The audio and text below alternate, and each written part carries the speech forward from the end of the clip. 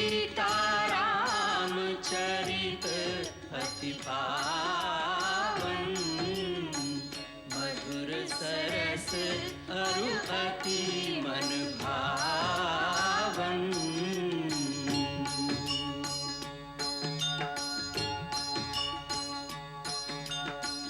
पुनि पुनि कितने हो सुने सुनाए, ये की प्यास बुझत न बुझाए।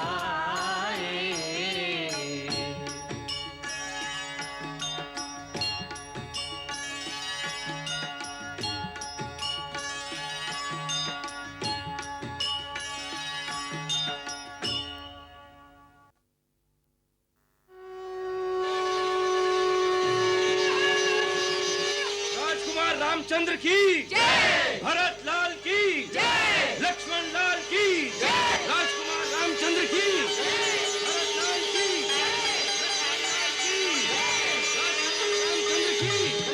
भरत लाल की जय, लक्ष्मण लाल की जय, राजकुमार रामचंद्र की जय। महारानी जी, राजकुमार नगर में आ गए। जनता उनकी जय जयकार कर रही है, उन पर फूल बरसा रही है। भरत लाल की जय, लक्ष्मण लाल की जय, राजकुमार रामचंद्र की जय, भरत लाल की जय, लक्ष्मण लाल की जय। राजकुमारों का रथ मणिकरण चौक तक आ पहुंचा है। जनता खुशी से पागल हो रही है। लेकिन मैं पूछती हूँ, वो राजमहल में कब पहुंचेंगे? राजकुमार रामचंद्र की जय, भरत लाल की जय। राम जी तो महाराज जितने ऊंचे हो गए हैं, वही शेरों जैसी छाती, चौड़े कंधे, नजर ही नहीं टिकती। मैं तो अपने भरत लाल को देख भी आई हूँ। भीड़ में बड़ी मुश्किल से घुसकर इतना बड़ा हो गया है। अच्छा, सच? हाँ। राम कैसा दिखता है? वो तो भरत से भी ऊंचा हो गया होगा। मैंने तो देखा ही नहीं, मैं तो अपने भरत को ही देखती रही। भरत को। राजकुमार रामचंद्र की जय, भरत लाल की जय, लक्ष्मण लाल की जय। महल में आ गए। चारों भैया राजमहल में प्रवेश कर रहे हैं। आ गए? वो राजमहल में आ गए?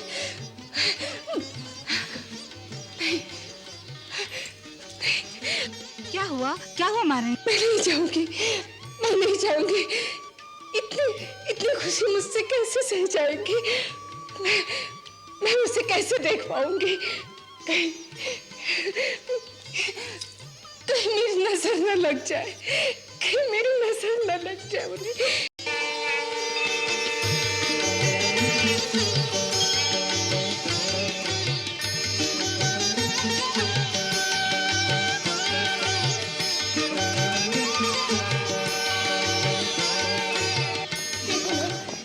अन्याय है। गुरुदेव राजकुमारों को सीधे महाराज के कक्ष में ले गए। उन्हें माताओं का कुछ भी ख्याल नहीं। हमें भी तो उनकी प्रतीक्षा थी। क्यों ना हम महाराज के कक्ष में ही चले? परंतु गुरुदेव क्या कहेंगे?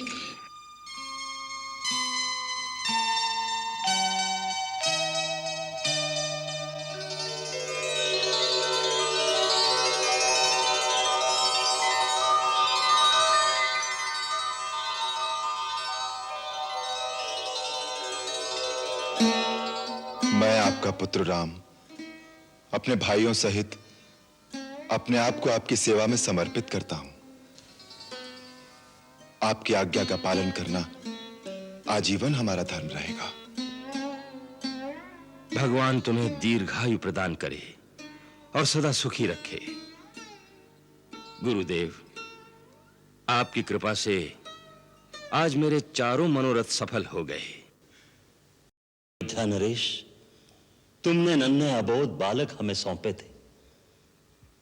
आज उन्हें पूर्ण पुरुष बनाकर वेद वेदांग, धर्मशास्त्र, समाजशास्त्र, अर्थशास्त्र, राजनीति समस्त विद्याओं में पारंगत बनाकर हम तुम्हें सौंपते हैं।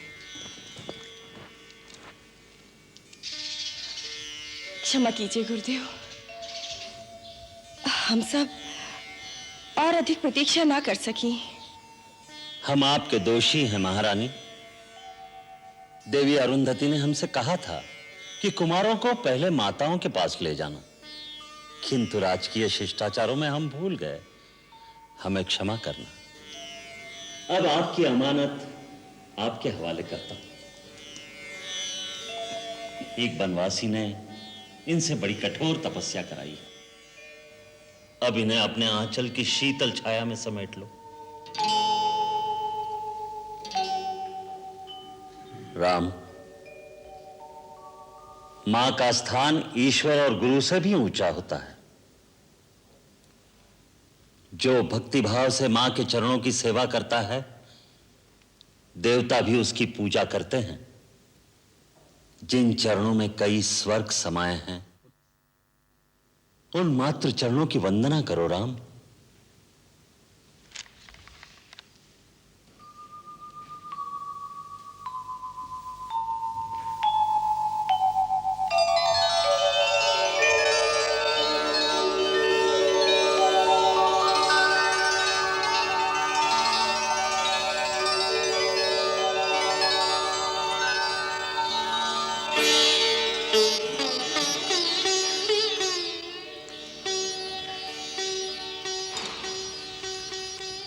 राम,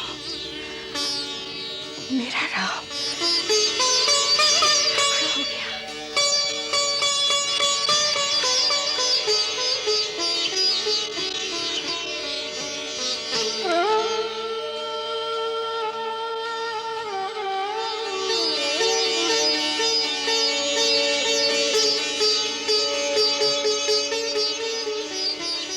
जुग जुग जियो, सदा खुश रहो।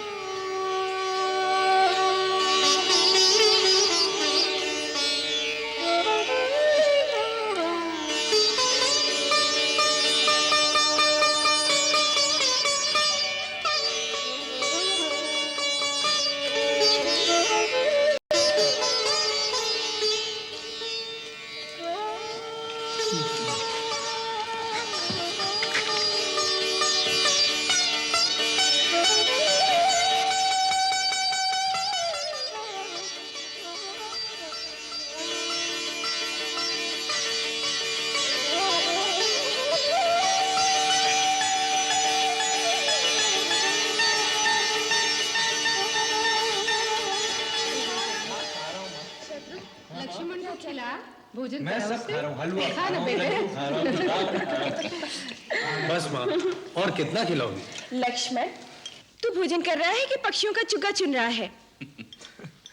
कौशल्या बहन, आप तो राम की तरफ ध्यान ही नहीं दे रही हैं। उसने तो कुछ खाया ही नहीं। क्या करूं, सुनता ही नहीं। माँ, खा ले। आप खिलाइए ना। अच्छा, मैं खिलाती। ले, थोड़ा सा खा ले, थोड़ा सा।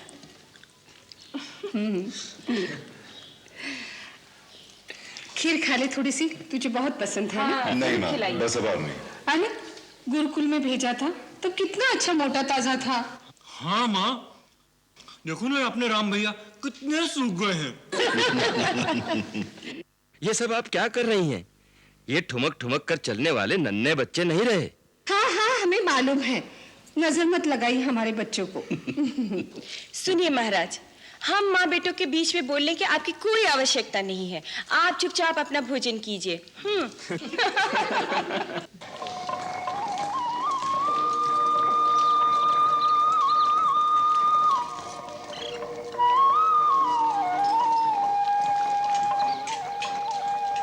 अरे उत्तर में थोड़ा चंदन तो और मिला।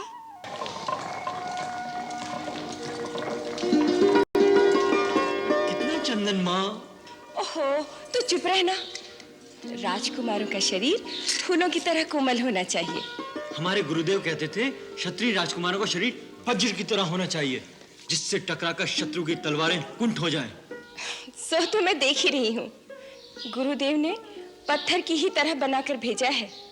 उन्होंने ये नहीं सोचा कि जीवन केवल युद्ध ही युद्ध नहीं होता, उसमें प्रेम और श्रृंगार परम आवश्यक है। श्रृंगार? हाँ, गुरुदेव भला इन बातों को क्या समझेंगे? वो क्या जाने कि जब हमारे राजकुमार किसी दूसरे राज्य में जाएंगे तो वहाँ की राजकुमारियाँ हमारे राजकुमार को देखकर भला क्या कहेंगी? वो तो यही कहेंगी कि अयोध्या के राजकुमारों को प्रेम और श्रृंगार की विद्या आती ही नहीं। वो तो सिर्फ योद्धा बने मटकते फिरते हैं। उन्हें सुंदरता से तो कोई लगाव ही नहीं। पर माँ, हमारे गुरुदेव कहते थे पुरुष की असली सुंदरता उसकी वीरता में है। वीर पुरुषों के सहारे संसार के सभी प्राणी सुख और शांति से रह सकते हैं। किंतु लक्ष्मण, जिस वीरता में भावना की कोमलता ना हो वो सुंदर नहीं हो सकता। श्रृंगार रस के बिना जीवन रसहीन और सूना हो जाता है। और जिसका अपना जीवन सूना हो वो भला संसार को क्या सुख और क्या शांति दे सकता है?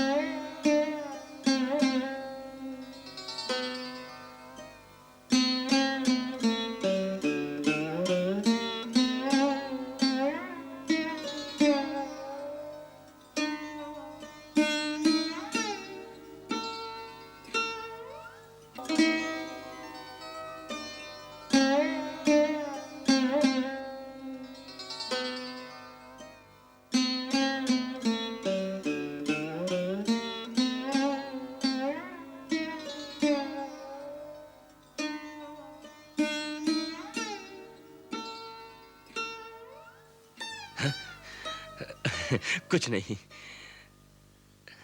राम को देखने आया था। उसे देखे बिना नींद नहीं आती। जगा दूं? नहीं नहीं,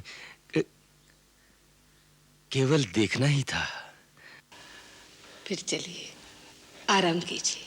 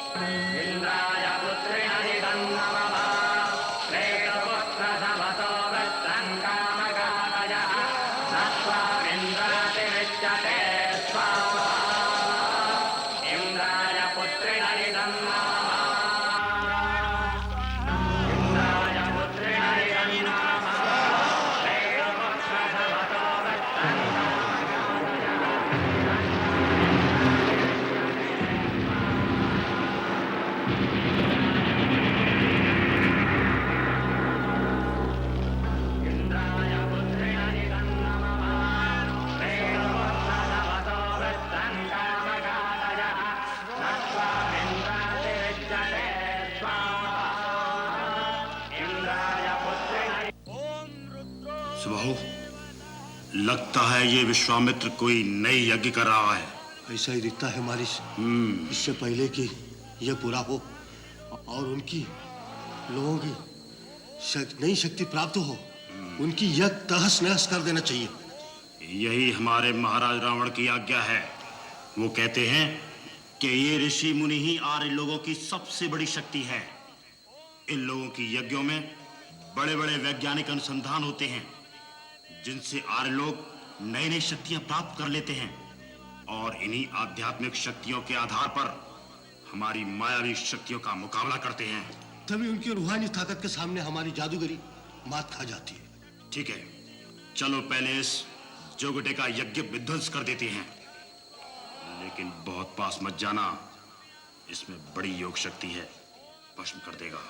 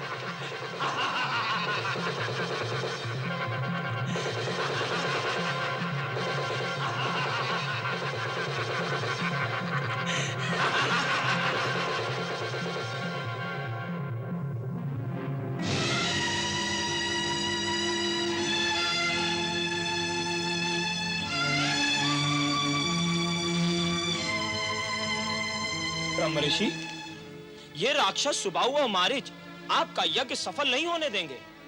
प्रभु, आप उन्हें शाप देकर भस्म क्यों नहीं कर देते?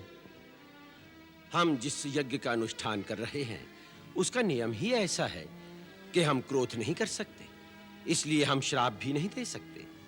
आप तो जानते हैं कि क्रोध का विकार मन में आते ही आत्मा की शुद्धि भस्म हो जाती है। तो क्या मुनिवर, असुरों का अनाचार इसी तरह बढ़ता रहेगा और हम जन कल्याण के लिए कोई भी प्रयोग, कोई भी अनुष्ठान नहीं कर सकेंगे? निराश न हो, उपाय हमने सोच लिया है। क्या मुनिवर? हम आज ही महाराज दशरथ के पास जाएंगे और उनसे सहायता मांगेंगे, क्योंकि धर्म और विज्ञान की साधना करने वालों की रक्षा करना राजा का ही धर्म है।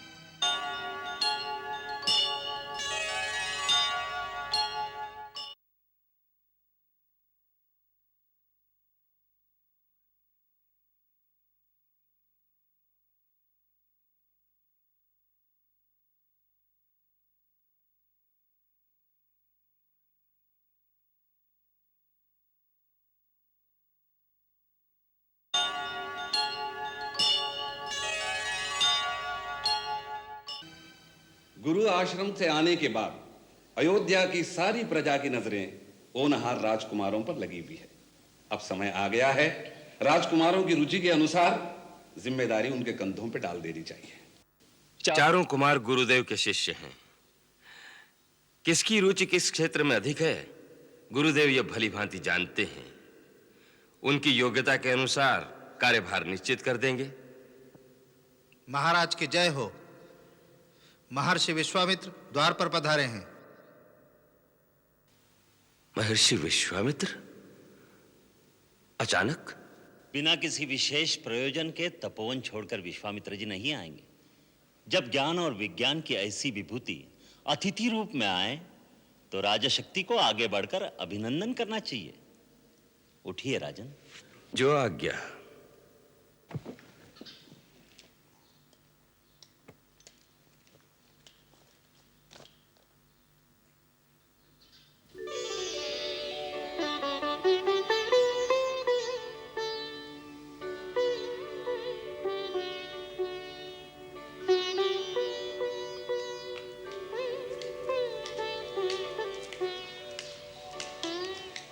आपका स्वागत है तपोनिधि। सुस्वागतम, सुस्वागतम मुनिश्रेष्ठ। आपकी चरण धूलि से अयोध्या नगरी धन्य हो गई है। पधारिए मुनिंद्र, इस घर को पावन कीजिए। पधारिए, पधारिए।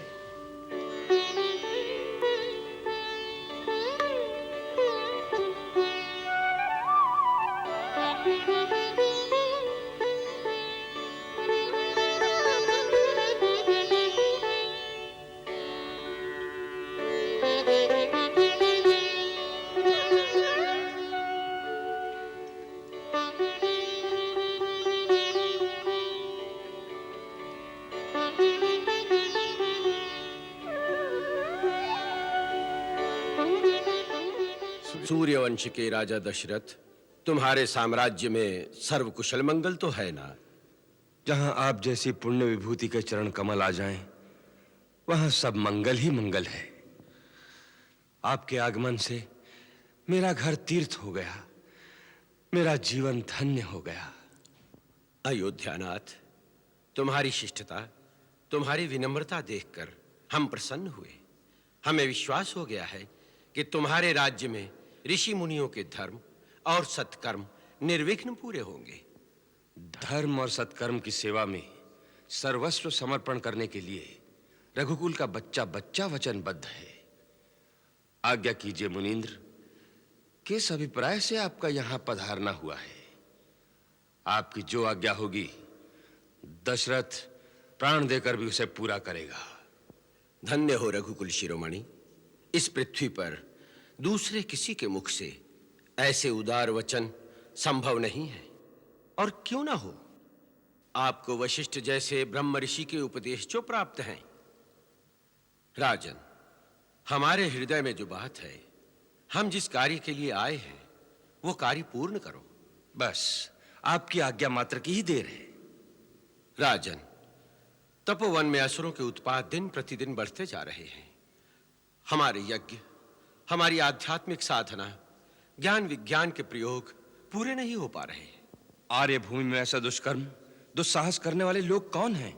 लंका के राजा रावण के गुप्तचर सुबाहु, ताड़का का पुत्र मारीच अपनी मायावी शक्ति से हमारा कोई कार्य, हमारा कोई पवित्र अनुष्ठान पूरा नहीं होने देते और अपनी मायावी शक्ति से जन कल्याण के कार्यों में भी विघ्न डालते हैं। ऋषिराज, तपस्वी ऋषि मुनियों की सहायता हमारा धर्म है।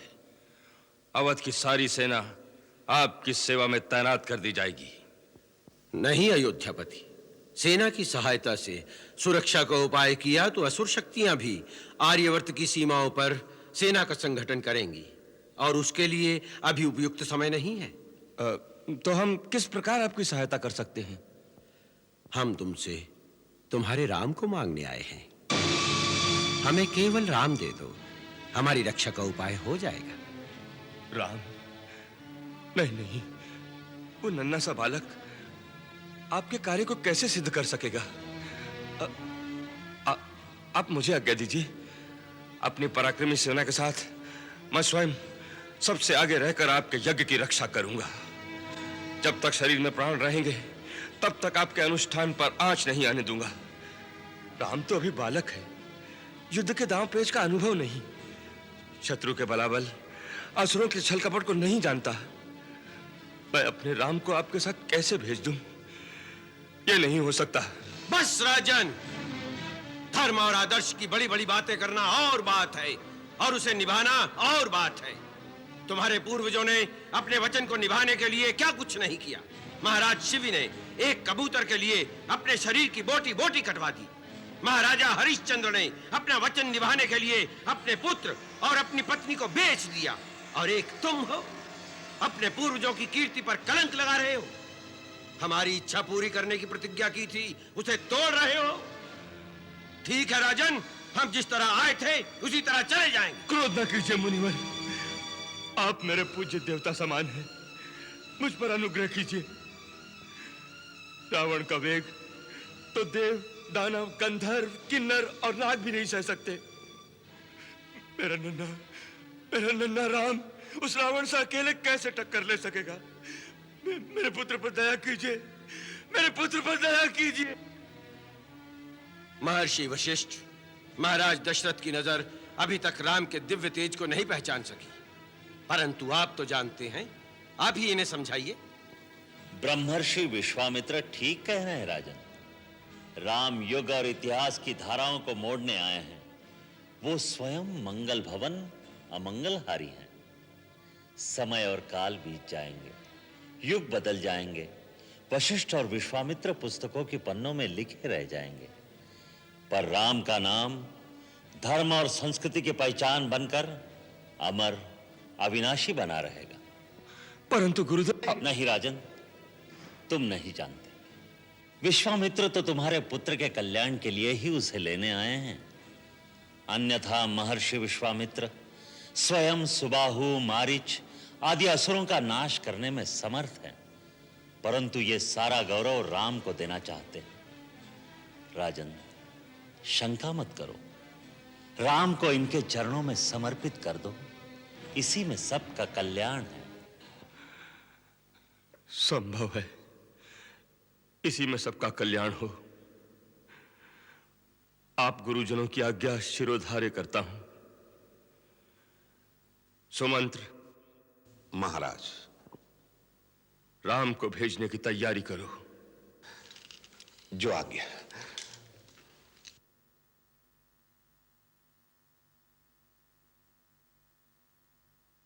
मुनिवर, राम के साथ लक्ष्मण भी आग पे सम जाएगा, क्योंकि ये दोनों कभी अलग नहीं हुए।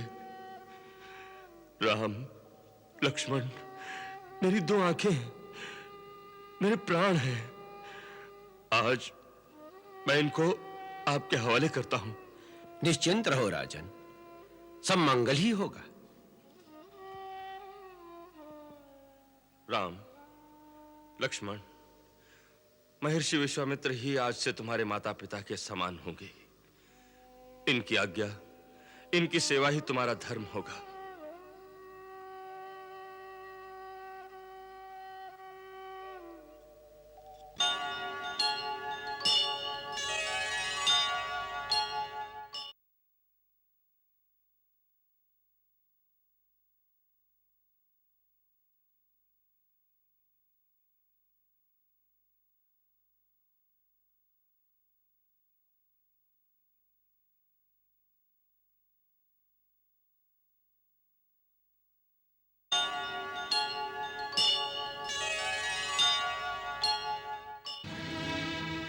कितने कठोर हृदय पिता है आप।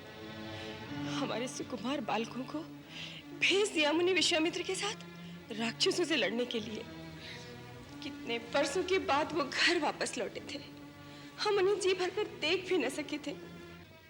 हम जानते हैं तुम्हें कितना दुख हो रहा है, लेकिन हम क्या करें?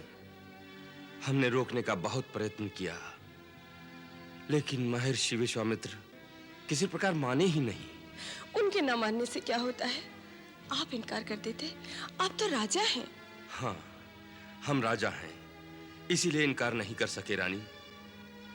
आज हमें पता चला राजा का कर्तव्य कितना कठिन होता है, कितना बलिदान देना पड़ता है राजा को निजी भावनाओं का।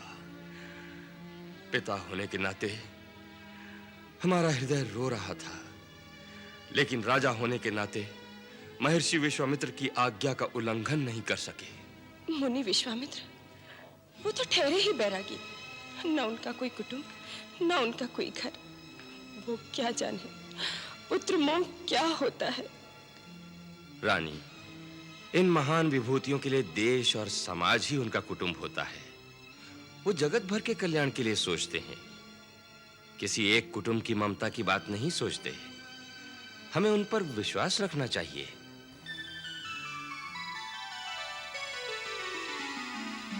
पुरुष सिंह दो वीर, हरख चले मुनि भय हरन।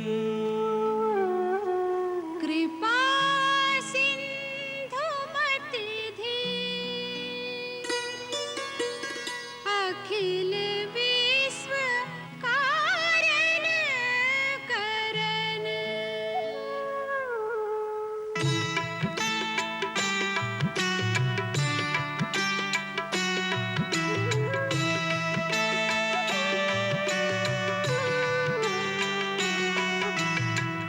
अरुण नयन और बाहु विशाला, नील जलज तनु श्याम तमाला।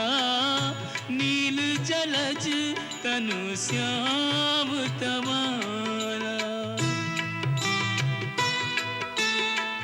कटिपट पीत कसे बरभाता, रुचिर छाप सायक दुहाता। रुचिर छाप सायक दुहाता।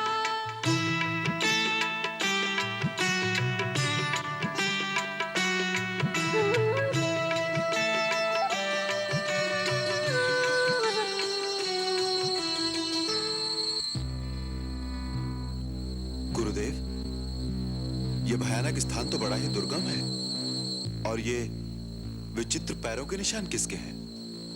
ये पद चिन्ह राक्षसी ताड़का के हैं। ताड़का? हाँ, क्षय कोष के इस वन प्रदेश पर ताड़का का अधिकार है, और इस स्थान से कोई भी प्राणी जीवित बचकर जा नहीं सकता। कभी यह स्थान एक समृद्धशाली जनपद था। कलद और करुष नाम के 2 सुंदर नगर बसे थे यहाँ। अगस्त मुनि के शाप से राक्षसी बनी ताड़का और उसके पुत्र मारीच की विनाश लीला से यह नगर उजाड़ हो गए। उस पापिनी में 1000 हाथियों का बल है।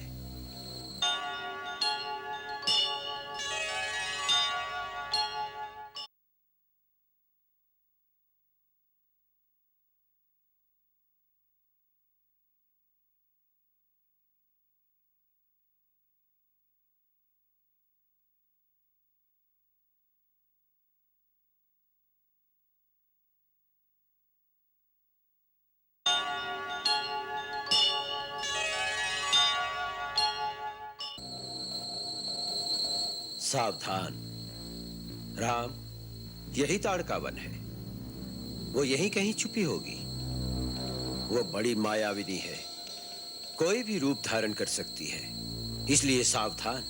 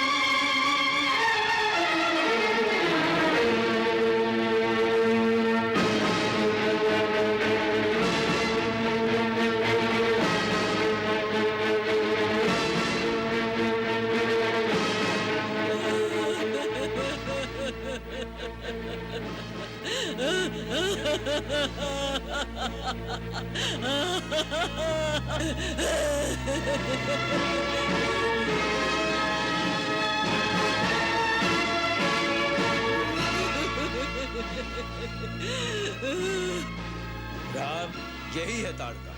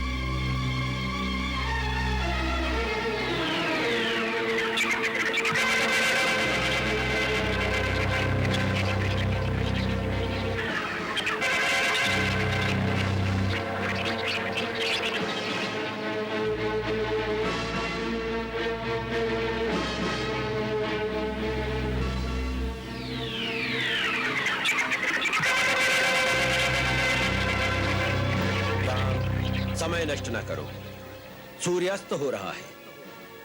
रात्रि के समय में इन मायावी निशाचरों की शक्ति बढ़ जाती है, फिर वे दुर्जय हो जाते हैं। ये हमारा आदेश है, इसका वध करो। मुनिश्रेष्ठ, मेरे पिताश्री का आदेश है कि मैं आपकी हर आज्ञा का पालन करूं। अब मैं आपके आदेश से इस दुष्टा की जीवन लीला समाप्त करता हूं।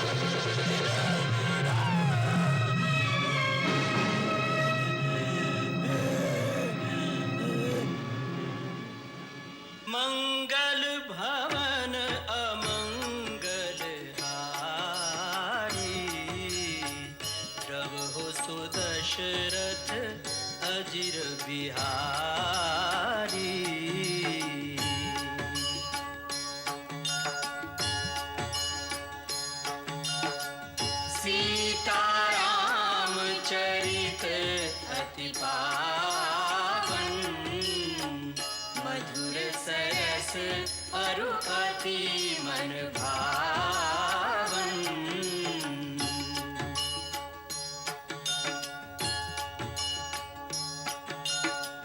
पुनि पुनि कितने हो सुने सुनाए, हिय की प्यास बुझत